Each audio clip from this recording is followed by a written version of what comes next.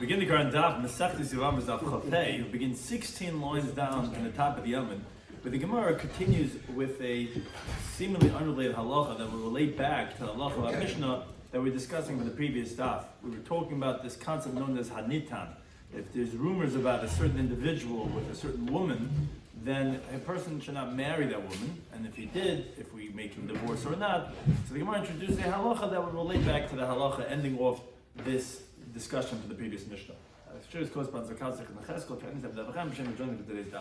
Some of this we discussed in today's Daf, starting with the next Mishnah, that we have a few lines down, is regarding a person, as we all know this halacha from the beginning of Mesechus Gittin. Someone brings a divorce from overseas to Eretz Yisrael. He has to testify before Neinachtam. Famous machlekes Rabbi and Rava. What's the reason why? Either because of there's Eined Mitzvah Makayim, or because, as Rashi brings over here, they're not Bekin Lishma. So you have to say, I saw it being written and being signed, but I know they did it for the sake of that woman. Kilba Rabbanan is the concept that Rabbanan were more lenient regarding the testimony for a woman to be able to remarry. They instituted certain leniencies that it shouldn't be in Aguna. Pagin Dibura is a well-known Talmudic discussion, and which comes up in today's Daf, which is regarding that someone could say a statement, and we're going to split his statement in half. Which takes to discuss exactly parameters of that. What does it mean? Is it when there's two different elements?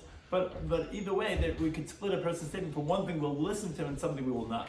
Miyun is a rabbinic refusal that a young girl who was married off by her mother or by her brothers when her father wasn't around, that she could just walk out of that marriage before she becomes an adult. So begin the current Daf, 16 lines down at the top of the Yom. The Gemara brings non-Hassam. The Gemara brings a Mishnah Mesechus Gittin. Mishnah says as follows: Hamoitzias ishta mishum shemra. Someone divorces his wife because of bad rumors that are going on around about her. So Allah says the Mishnah in Gittin is lo yachsi. He's not allowed to remarry her. Let's say so to mishum neder. Let's say divorces are because she had taken vows and he can't live with these vows of hers. So lo yachsi is not allowed to remarry her. So Rashi brings the background. The reason for that, the Gemara explains over there in Perak HaShaleach, is that if you're going to say that he could remarry her, the problem is like this. She might go to a chacham after she got remarried to someone else, who's going to be mater haneder, and he's going to say, okay, you don't have to keep the nadar. Now, the one who divorces is going to say, had I known that she could permit her vows, if you would have given me $100 million, I would never have divorced her. She was the most precious thing to me. Now, if he would say such a thing, would come out that retroactively, he was really mavatal to get. It was a mekach toys. It was a mistake. I would never have divorced her. And he's oiker to get l'mafreya because it was a mistaken acquisition of a release.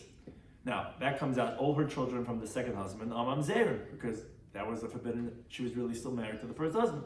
So therefore they initially tell like this: you should know that if someone divorces his wife because in the dom that she took, you can never remarry her. If she's so dear to you, go ahead and find something better for the dom. And if he anyways divorces her, then most definitely she is hated, and then you cannot tell me later on that, oh, if I had known. Excuse me. Ooh, that was a good one. So you can never, it's too late already. It's a lie that he's saying that he loved her so much. So to the other case of Shemra, that let's say there's these rumors, he's not going to remarry her. Same reasoning, because maybe she can get married to someone else. And then, when she got married to someone else, suddenly word's going to get out, rumors on the first rumor, to say that the first rumors were lies. And then the one who divorces is going to regret, and they say, had I known she really never did, and this was started all by some telephone and something that whatever, I would never have divorced her. We tell him, look, hello, too late, because she's going to get married to someone else, and you're going to try to say, and then it can become a B'nei Mamzer. So that's the Mishnah over there in Mesechus Gittin, that you cannot marry her after you divorce her.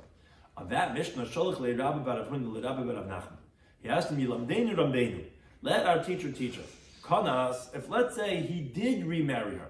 This guy said, no, the word I'm hearing on the street is there's some bad stuff going on with you. He divorced her. And then a week later he has regret, and he remarries her. So Ma'asher Yetzi, what's the halacha? Do we force him to divorce her, which we said initially the halacha is that lo yavzer, if he violated the halacha and he did remarry her, do we make him divorce her? So Rabbi bar Nachman answered him. He says, Tanin, this our Mishnah here in Mesechus Yevamos. Our Mishnah said, if there's rumors regarding a man with a married woman, and the courts made the husband divorce this woman, even if the boil, this guy that there was rumors about him and her, marries her after that, Yaitzi, we force him to divorce her. So essentially what he was saying was, over there, in the case you're asking Masechtas Gittin, we're also going to remove her from her husband. Because since he had removed her because of the bad rumors about her, so obviously he revealed his intention, his understanding that the rumors were true. That's why you divorced her in the first place, and she's forbidden to you. So just like we say it's forbidden over here because this guy is substantiating the rumors that he had been mizana with her when he marries her, and therefore we force him to divorce her. So that's the same thing. Why do you divorce your wife? Because you substantiated the rumors by divorcing her the first time. So now when you remarry her, you can't. We're going to make you take her away because both of you, it's different. The cases are different, obviously, as the Gemara is going to point out. But on some level, they're very similar. They're both the Baal in the case of Masechtas Gittin and the Boil in our Mishnah Masechtas Yevamos, both substantiated that they had substantiated that there was something bad about this woman. The Boil because there was rumors and now you're marrying her, obviously substantiating it, and also the Baal, he substantiated when he divorced her the first time. So you can't remarry her because obviously that she was Mizana.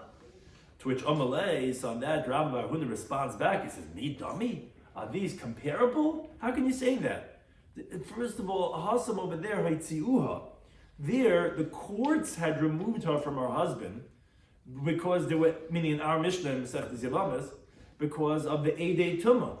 And they were biblically forbidden to the Baal, to the Boil, because as Rav had said in the previous daf, you see the word is Haitziuha. They removed her.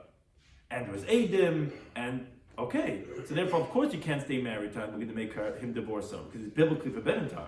But V'hacha Haitzia, here, meaning here, because this discussion is really Masechtas Gittin, is Haitzia, he divorced her. And that was his own volition based on rumors, and this that we say that he cannot remarry her is only rabbinic. So therefore, it's possible to say that if he did marry her, that we're not going to make him divorce her. So therefore, it's not a proof from the halacha of our Mishnah. Now, says what did he hold? He said, no, if you recall from the previous daf, that was the discussion regarding Haitzi or Haitziuha. He holds that no, actually the halacha of our Mishnah is even if he divorces his wife without witnesses, not the courts forcing him to remove her. And therefore, she's only forbidden to the Boil only because, like we said, from Lazas of Asayim, from Rabbinic, because we don't want people to be murmuring. It's not biblically forbidden. And even so, if the Boil goes and marries her, that means the halacha of our Mishnah is saying that if he's kanas, you make him divorce her. Oh, so that's very similar to the Mishnah Masechtas Gittin, which is also a Rabbinic halacha. So therefore, he says, no, it is comparable. It says the Gemara, Vakati mi dami, but still is it similar? The Gemara finds another difference between the two cases. Hach over here, meaning the Mishnah Masechtas Gittin, okay, because the discussion is over there, not really over here. So it's saying Hacha. Here in Gittin, Baal, the husband that remarries her, that's not really so disgraceful. To the contrary, obviously, if he's remarrying her, then obviously because he realized that she was not Mazan, that's why he's remarrying her. V'hasam over there, meaning Masechtas Yevamos in our Mishnah, is the Boil. He's marrying her, and that's obviously very disgraceful because he's substantiating by marrying her. This case of saying of course, you're marrying her is substantiating that she must have been Mazan with you. Because hello, obviously you want an intimate relation with her. If not, you say, okay, they're spreading rumors about me. What do you want? But if you went ahead and married her, that's substantiating it. So it's the exact opposite in a way. The Baal remarrying her is actually unsubstantiating it. The Boil marrying her is substantiating it. So again, how could you compare the two cases to tell me that, just like in Yevamos Daf, so too over here in Masechtas Gittin, that in Kanas, if he remarries the woman that he divorced because of the Moitzi Shemra, that he has to be Moitzi, to the contrary, if anything that's unsubstantiating it. So Malay, he says, no, it's not true. Shabar Demadodi. No, they are similar. We're both are rabbinic. Because Hacham Rabbanon Liyichnes, here the rabbis are saying not to marry. If you married, you have to divorce, meaning in Yevamos. So Chanami, here also in Gittin, Amir Rabbanon Liyach, so the rabbis are saying don't remarry the woman they divorced because of Shem Rav Kanas Yaitzi. But if you remarried, you have to divorce her. To which he responds, it's not true. Because Hasam over there, again, which is similar to the Svar we said before, there in the Mishnah Masechtas Yevamos, when the Boil, when the suspected man is going to marry her, like we're saying, he's strengthening the first rumor that it must have been true, the rumors. But when the husband remarries her, if anything, he's nullifying the rumors, because Amrina, we say that from the fact that he remarries her, obviously he went and he checked into the rumors of the Shemra, and he found out a lesson that it's not true, and therefore you can't really resolve it from the Mishnah. So that's where the Gemara ends off this discussion from the previous step, that really you can't use our Mishnah to resolve the question that he asked me, if Konas Ma'asher Yitzit, the husband remarries the woman that he divorced because of Shemra, although rabbinically they say not, because it might turn into this whole Banel Mamzerim from the second husband, but at the end of the fact, we can't prove from our Mishnah, because our Mishnah is substantiating the rumors by marrying her, therefore Konas Yitzit, and to the contrary, in the sense it's Gittin, it's actually unsubstantiating, and maybe he would be allowed to stay married. Whereas the other man, no, they're both rabbinic, and if you see in our Mishnah Konas Yitzit, so over there, you'll say Konas Yitzit. Now we continue our look at the next Mishnah, continue on the theme of the previous Mishnah, which was regarding the fact that people might start speaking, they might start suspecting that you were a party involved, you might have your eyes on the woman, and because of that we say that no, you're not allowed to marry this woman. Similar to what we said in the previous Mishnah regarding when there were rumors, so too here in a related vein. It says the Mishnah, maybe get Medin Zayam. Someone brings a get from overseas, which, as the Mishnah Masechtas Gittin opens up, the Masechta, you have to say B'fanei Nechtav, in front of me was written, and B'fanei Nechtav, in front of me was signed, as the Gemara in Gittin explains, because in Medina Siyam, overseas, they weren't Bekiyan, they weren't proficient, they weren't well versed in the halacha of Lashma. Shma means when you write it, B'chasab Allah, because you have to write it for her. You can't just write, stam, have generic Gittin lying around, you have certain names, Rachel and Yaakov, or whatever this that. No. And therefore he has to testify. So if someone comes from overseas, and he says, and he says, oh, in front of me was written, in front of me was signed, he's not allowed to marry that wife because they're relying on his words. And that might lead to a suspicion that he's saying it was b'fanei nechtav, because really he wants to marry that woman, but really she's not divorced. So he cannot be marrying that woman. So too, let's say he testifies mace. He says, look, he's coming from Japan, and your husband was there, and he died. Or haraktiv, I killed him, so we know he's dead. Or harganuhu, we killed him. So the halacha is lo yisas ishtay. He's not allowed to marry his wife again, because since it's based on his testimony that she's going to be getting married, there's the same lazus sefasayim which we quoted on the previous daf. It's actually a pasuk in Mishlei that maybe he found this woman desirable. And he's lying. He's testifying falsely. Now, but for another person, she actually could get married, because a woman could get remarried based on an eid echad, the testimony of one witness, because that we'll see in other masechtas, because akila b'rabban, the rabban were lenient regarding one witness. Now, Yevamos says, wait a second, one of those cases says, I don't agree with you. He says, haraktiv, if let's say he says, I killed him, lo tinase ishta, then his wife cannot get married even to someone else, based on what he's saying, because this is what's called Mason Atzmi Rasha. You're saying you killed him, mean you're a murderer, you're a wicked person. The Torah says, Al Tashas Rasha Aid, a wicked person cannot be a witness. So Minei Ubei, from it itself, we can't let her get married to anybody, let alone him, because you're a murderer.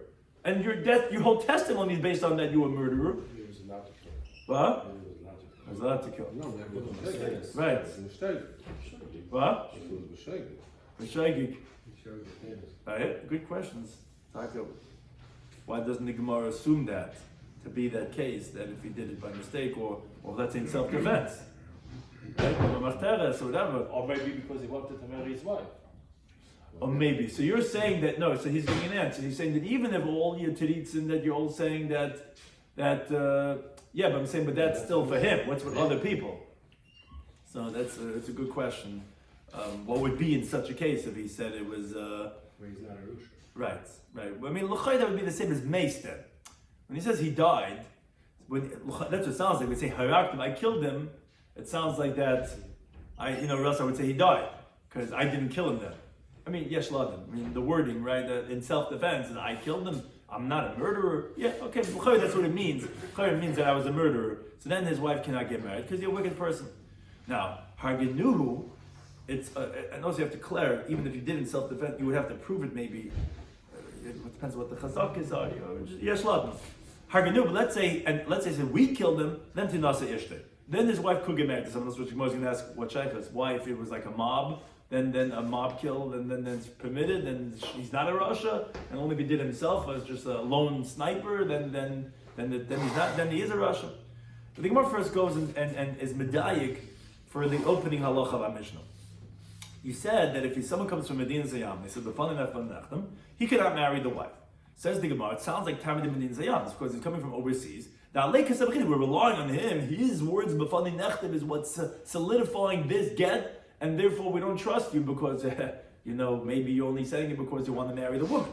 But it sounds like I'm Eretz Yisrael. If someone brings a get from Eretz Yisrael in Eretz Yisrael, or even to Medina Zayam, depending on how you hold, you don't have to say b'fani nechtem, because they're bekin lishman Eretz Yisrael. The lava so we're not relying on his words. All he is he's a monkey just transporting the get from one place to another. It's called Maisa Kaif Be'alma. So Yisas Ishtay sounds like then he could marry the wife because we're not relying on him. Says the Gemara, how can you say that? In our own Mishnah, if let's say, if someone says that someone died, we don't really rely on him. As Rashi explains that when someone says that your husband died, this that the Rabbanan permit the woman to get married to someone else, we're not even relying on that 1/8. What do you mean?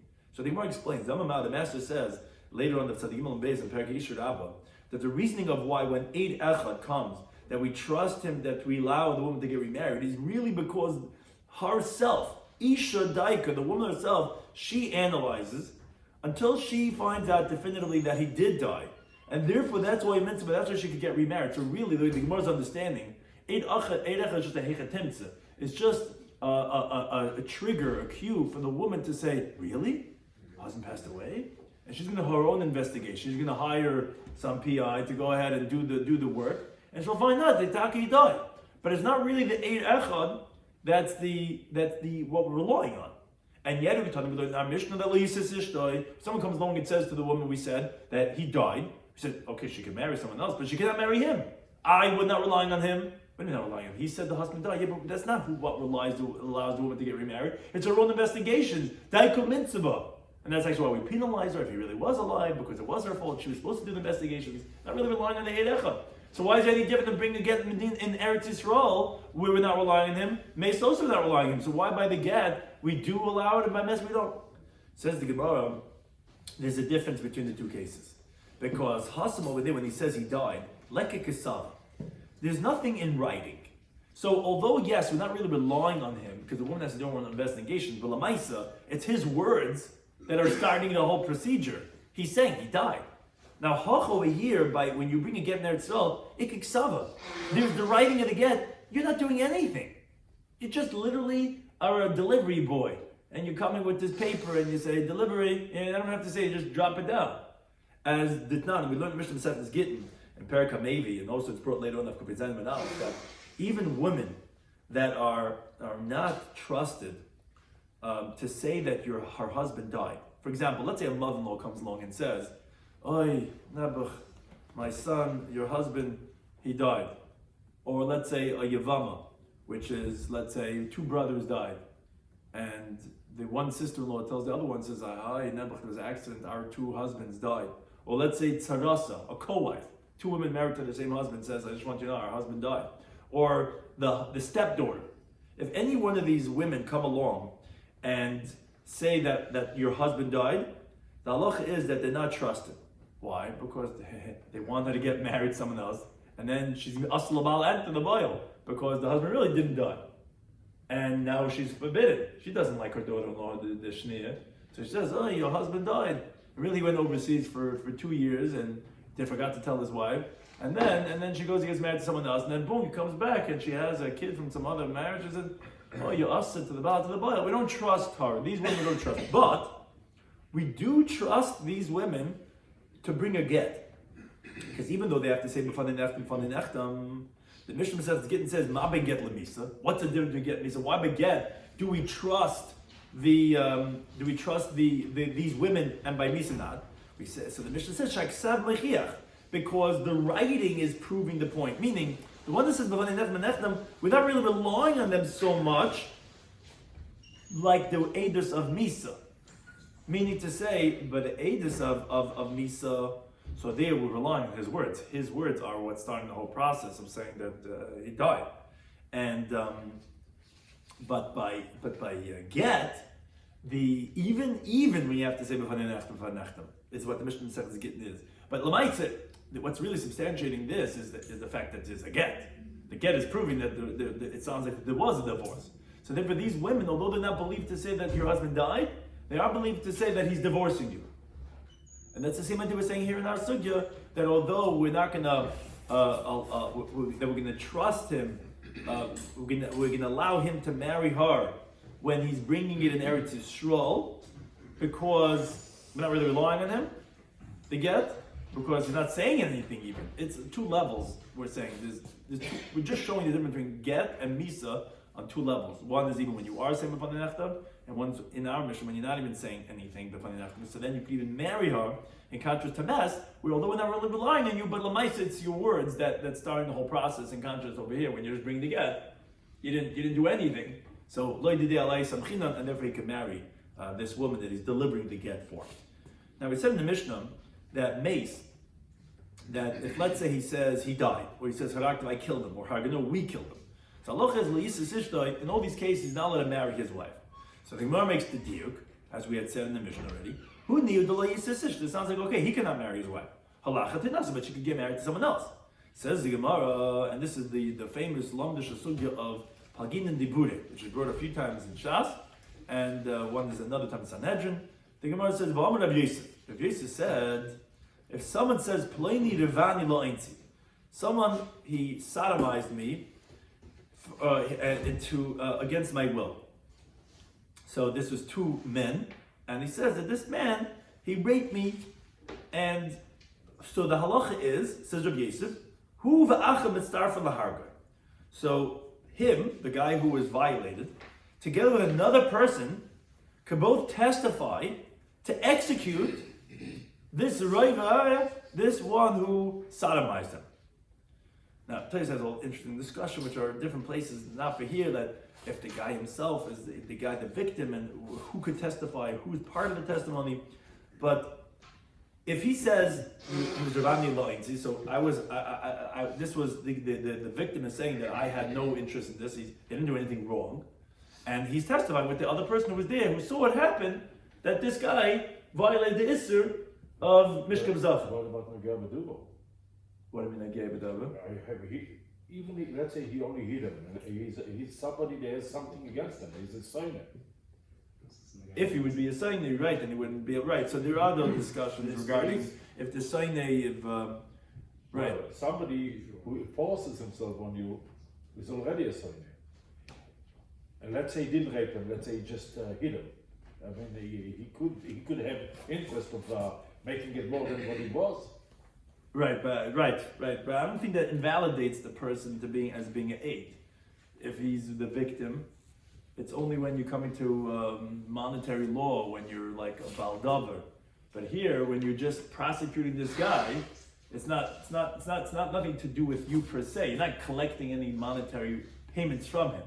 It's anyone. Literally anyone would have umbrage at this that's happening because it's his relative or this and that. It's not a monetary. It's more of a yeridei, not of a chaycha mishpat. That's the case over here. Now, anyway, the primary thing over here is, let's say the next case. Let's say he says l'rtzaini. Let's say he says, I did it consensually with this man. And another person will back up, he said he saw me having relations with this man. So then says the Gemara, so Rashahu, says Rabbi Yosef he's a wicked person, because obviously he also was doing Mishkav Zacha. But the Torah says, in Shemais, Al Tasha Yatchem Rasha, don't place your hand with a wicked person, Liyas Eit Chamas, to be a thieving witness. So therefore, it says Rabbi Yosef, in that case, he's not valid. So the question is, you told me in the Mishnah that the guy who says, I killed your husband, he can't marry her, obviously, because we're definitely suspecting him that he wants to just marry the woman, but she could get married to someone else. Question is, if he said he did it willingly, he's a Rasha. A Rasha can't testify. So how do the Rabbanan hold that she can get married to someone else? And says the Gemara, we begin to say, Shani Edis Isha, that testimony for a woman to get remarried, which is the case of a active, is different because the Akila Rabbanan were lenient in many different ways to allow a woman to get remarried because of a guna. We don't want to be alone and forlorn. But Menashe says, continue the base. He says, Gazlan de Devrei, it's a little bit of a chevron here also, the next few lines in the Gemara, but A rabbinic gazlan. What's a rabbinic gazlan? So there are certain people that are gamblers. Gamblers are considered rabbinic thieves because what's called smach lekanya. Really, no one thinks they're going to lose. That's how Vegas makes money. And so really the person doesn't really want to give up that money. So rabbinically you consider it as a thief. Now, so such witnesses are kosher le'edus isha. They're valid to testify for a woman that her husband died. As the Mishnah teaches in Rosh Hashanah Daf Yomi, any testimony that a woman herself is not valid, so too these individuals, the rabbinic gazlanim, are not valid. But on that, Rabbi Menashe says, this tells us that rabbinic gazlanim are believed for edus isha, because a woman herself is also believed to testify that a woman is able to get remarried. But, and this is the main kicker, is gazlan de divrei Torah. A biblical gazlan, this pasal edus isha, is invalid for a woman's testimony. Meaning, if you did a biblical violation, then you're considered biblical as a rasha, and you cannot be a witness. If that's the case, if someone went and killed someone, obviously it's a biblical violation of Leisirtzach, so he's a rasha. So how could you go ahead and testify that this woman's husband died? But didn't we say before Ishadai came she doesn't really rely on this idea. A woman, right? But the problem is that in a way that's true. But it sounds like that you do have to have a eid echad to testify. Meaning we don't let without the eid echad. On some level, we're saying that it's not really him. He's just some type of a secondary. But at the same time, she is, meaning if let's say there's no eid echad, what happens then? Could a woman get remarried by herself if she daika mitzvah? There's a trigger for her to... Right, but let's say there's no eid echad, could she just be daika mitzvah? Sounds like you have to have someone to testify. It could even be an isha, it could be someone, but yeah, it's a much lower thing. We're not really relying on him, but it sounds like you do need to have that. And question is, how can we rely on his edus echad even if he's a rasha? So says the Gemara, Nema, shall we say that Reb Menashe that says this halacha, that if someone is biblically invalid as an aid because of a biblical violation of, let's say, gazlanis or ritzicha, that we would invalidate him even for edus isha, the Amar Rabbi Huda, he must be like Rabbi Huda, because you recall this, what we were discussing is dependent on Rabbanan. Rabbanan hold when he says her active, he can't remarry her. This one who's saying I killed, but she could marry someone else. That's obviously not like Rabbi Menashe. Rabbi Menashe is like Rabbi Huda, who says when he says I killed him, she can't marry anyone. So seemingly Rabbi Menashe is like Rabbi Huda. He cannot be like Rabbanan, because according to Rabbanan, then how would she be allowed to marry someone else? So Amar Rabbi Menashe will tell you no. Another Ami.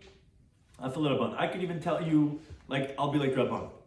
The time of the Rabban, and the reason that Rabban over here is like Rava. What does it mean, Rava? So Rashi explains, he says, Rava disagrees with Rabbi Yosef, who we mentioned on Manal. Rava holds, even if someone says, Ploini Revani L'Tsoini, he could combine with someone else to execute the one who sodomized him. Why? Because since his intention is for testimony, he is believed regarding the person that he had a relationship with, and he's not believed with himself that he says it's l'rtzoini. Why? How's that possible?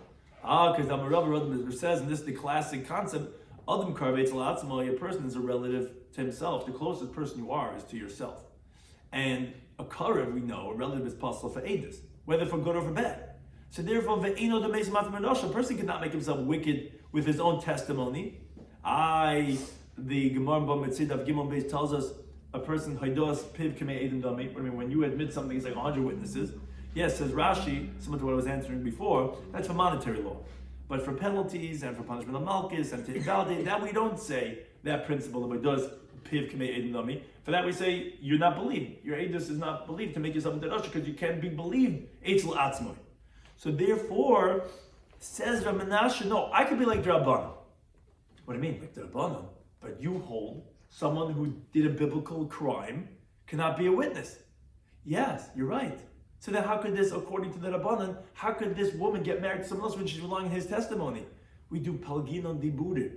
We say that when he says, plain yudavani, cut the statement. The l'ritzaini, we're not qualifying that. And therefore, for that he's not believed, but for the plain yudavani he is believed, and therefore we don't consider him as a rasha, because we don't believe him regarding that he says, the l'ritzaini. So therefore, he could even be like Rabban. Says, okay, then we have to say, obviously, the Rabbi Yosef, who says that a rasha is not believed, that if someone says, plain yudvan l'tzaini, that he cannot execute that person, he must be Doma Rabbi Yehuda. He must be saying like Rabbi Yehuda in our Mishnah that says that if he says her active, that she cannot get remarried to anyone else because he holds when Pliny Devan Litzaini, you don't believe. Just like her active, you don't believe. Some of Rabbi say, no, I could even be like Rabbanan. But Vishani Edis Isha. Testimony for a woman is different. Like Rabbanan. Rabbanan more lenient. And therefore, even though Rasha is believed, because I don't hold over a Menashe, who said that if someone's a biblical Rasha, that he's invalid for Edis Isha. No. But a Menashe don't like Rabbi Yehuda. He's like Rabbi Yehuda. So like Rashi sums up the sugi, he says, Rabbi Yosef explains there are Menashe who holds that a Russian Dairais is not believed, he's like Rabbi Yehuda. And Menashe says, no, that Rabbi Yosef who holds that a person that makes himself wicked is not believed, he's like Rabbi Yehuda. And therefore, she cannot get remarried. So each one's saying that you're the one who has to be like Rabbi Yehuda, but I could be even like Rabbanan, because I don't hold like you. And he says, well, I don't hold like you. And if one doesn't hold like the other one, then they could either be like the Rabbanan, either because you'll say Plagina Dibuda, or because you'll say that no, Eidus Russian Deraisa is believed to say Eidus for Eidus Isha. So either one of those are able to ultimately be like the Rabbanan. And again, this was the sugya of Plagina Dibuda that is touched on over here regarding that you could divide a person's statement. Now we said in the Mishnah that Haraktiv v'chulu. If let's say it says I killed him, so Rabbi Yehuda says that she cannot get remarried to anyone. But Hagunui says if we killed him, then she could get remarried. So the Gemara says, I understand. What's the difference? I killed him. What's it? We killed him. Either way, he's a Rasha. So he's the only hitman. There was a whole team, a SWAT team. Who cares? So Rabbi Yehuda says no. Ba'omer, it means when he says Ani hayisi im harga, I was with his executors, but I didn't touch him. And Batani Sut will learn the Brisa. Amalei Rabbi Yehuda, they said to Rabbi Yehuda, who he didn't believe, he doesn't trust, he doesn't allow the woman to get remarried when the guy said, I killed him.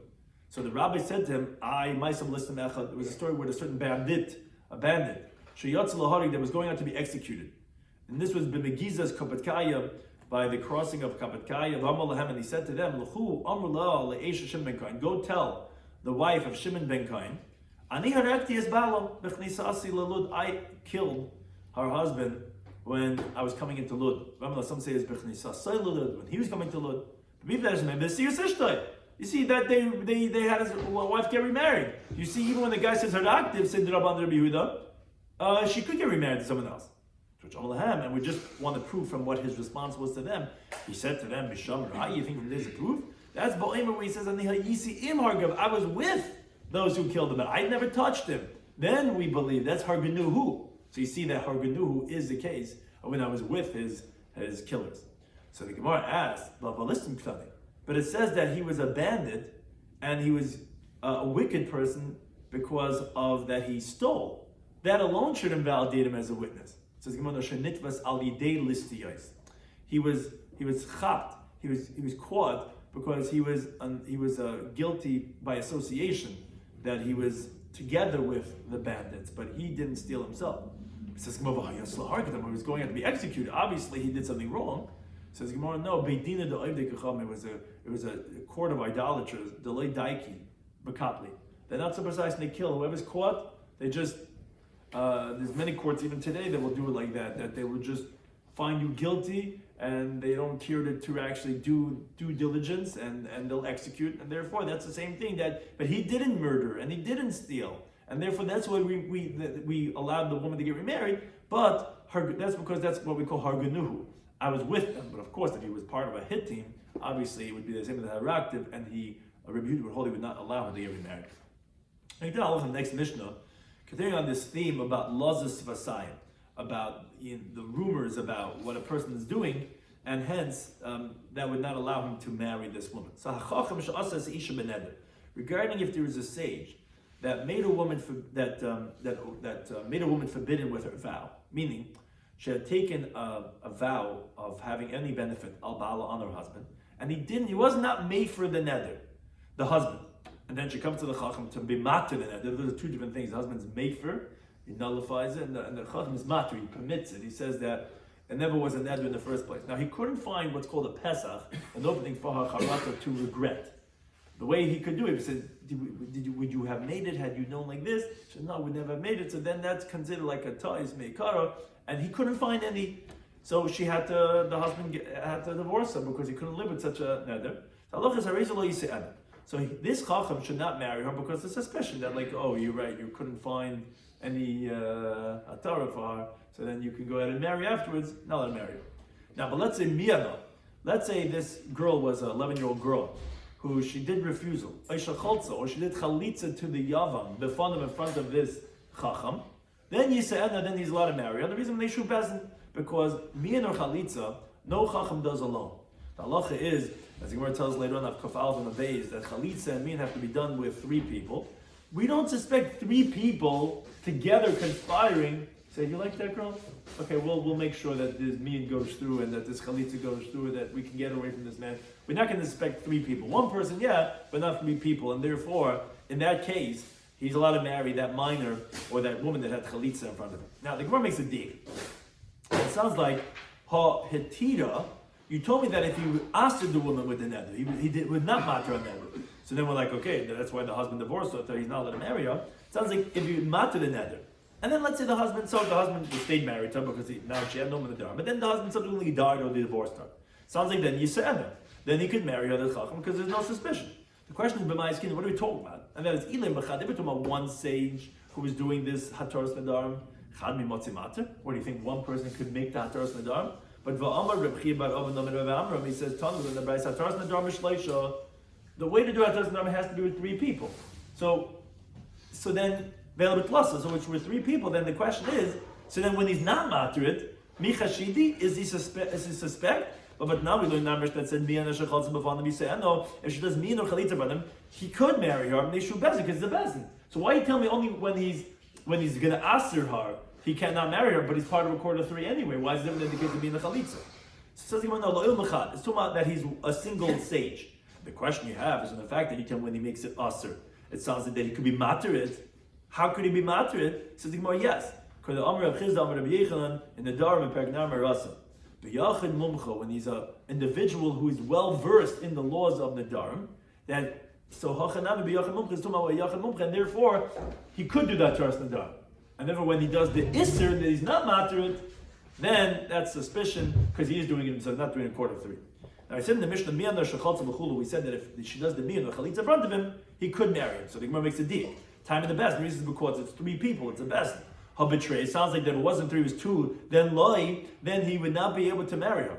So the Gemara asks, why is it different than actually that we learned in the Braisa that says Edim. Edim are 2. Hachasuma Sadei Mekach. We have witnesses that are signed on a acquisition of a field. Or if I'll get Isha on the divorce document. The sage were not concerned for this to say that, then I'll go ahead and buy the field from the consumer and also the witnesses that get and I'll marry the woman. No, because 2 people would never go ahead and do such a thing. 1 person would suspect, not 2. So why are we saying in our Mishnah only 3? So the Gemara says, you're right, it's even by 2, not just 3. But he gufa kamashman. In other words, 2 are not suspect. In the Mishnah we said that it's a bezin. It's not because to exclude from suspicion. It's rather coming to tell us that actually miyun just cannot be less than 3. And it's coming lafugim adam. It's coming to exclude from the one who says in Perek Beishama later in Kavazam and Beis that mean that mean could be done in front of 2 people. Kamashman being megibah just telling me has to be in front of 3, but not because you need 3. Even 2 would exclude from suspicion. Now, by the way, the following question, and this is going on the case of the chacham and the one that brings the ket, that you said that they're not allowed to marry the woman. But konus mashayitzin. This is the discussion we had the previous dafim. What happens if he did violate? The sage or the one that brought the get did marry this woman. Does he have to divorce her or not? So it's actually machlekes. Rav Kanami says konus moitzi. If he married her, he has to divorce her. If he married her, he does not have to divorce her. So the Gemara said Tanu hu Rav Zuti the Beit Papi. He taught Kedirem like the one who says konas that if you married her, ain't might you have to divorce her. So only Rabban Ravashi, the rabbi said to Ravashi, this that you said that if you married her, this chacham or the one that brought the get does not have to divorce her. Is that Gemara? Is that something of tradition that you learned from your teachers? Like Svara, or is it logic? Someone who said Masini is a Mishnah on that we have a Chavdal in the base. The Mishnah said Hanita b'shevcha v'nishachar. Someone there was rumors about a man and a maidservant, and then she happened and she was free, or he had rumors with a non-Jewish woman, then she converted to Judaism. So he said in the Mishnah, this is not marry her. But he said, if he marries her, you don't have to divorce her. So that he says, you see as Getin type of Chavav and Aleph, what's called Rinun, If there's rumors about a person, loy mavkinon, we don't remove the woman. And as Rashi says, it's not similar to the case when there's rumors on a married woman, because over there, since the husband divorced her because of the rumors, and this kid goes and marries her, that's really mechura, that's really repulsive because this made a woman get divorced from her husband. Then we're going to remove the woman from the boil. But for stam rumors, let's say for a non-Jewish woman, if she converts and gets married to him, she would not remove her.